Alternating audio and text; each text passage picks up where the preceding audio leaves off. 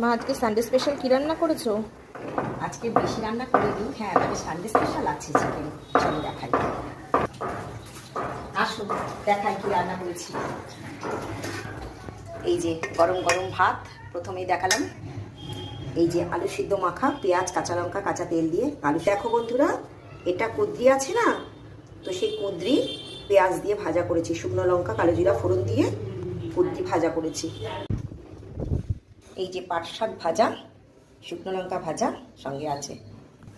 এই যে আছে স্যালাড, স্যালাডে আছে শসা, পেঁয়াজ আর গাজর।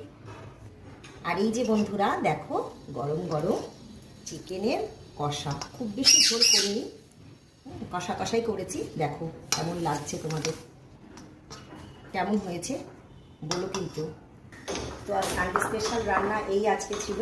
তোমরা বলো যে কেমন লাগলো আমার রান্না আজকে।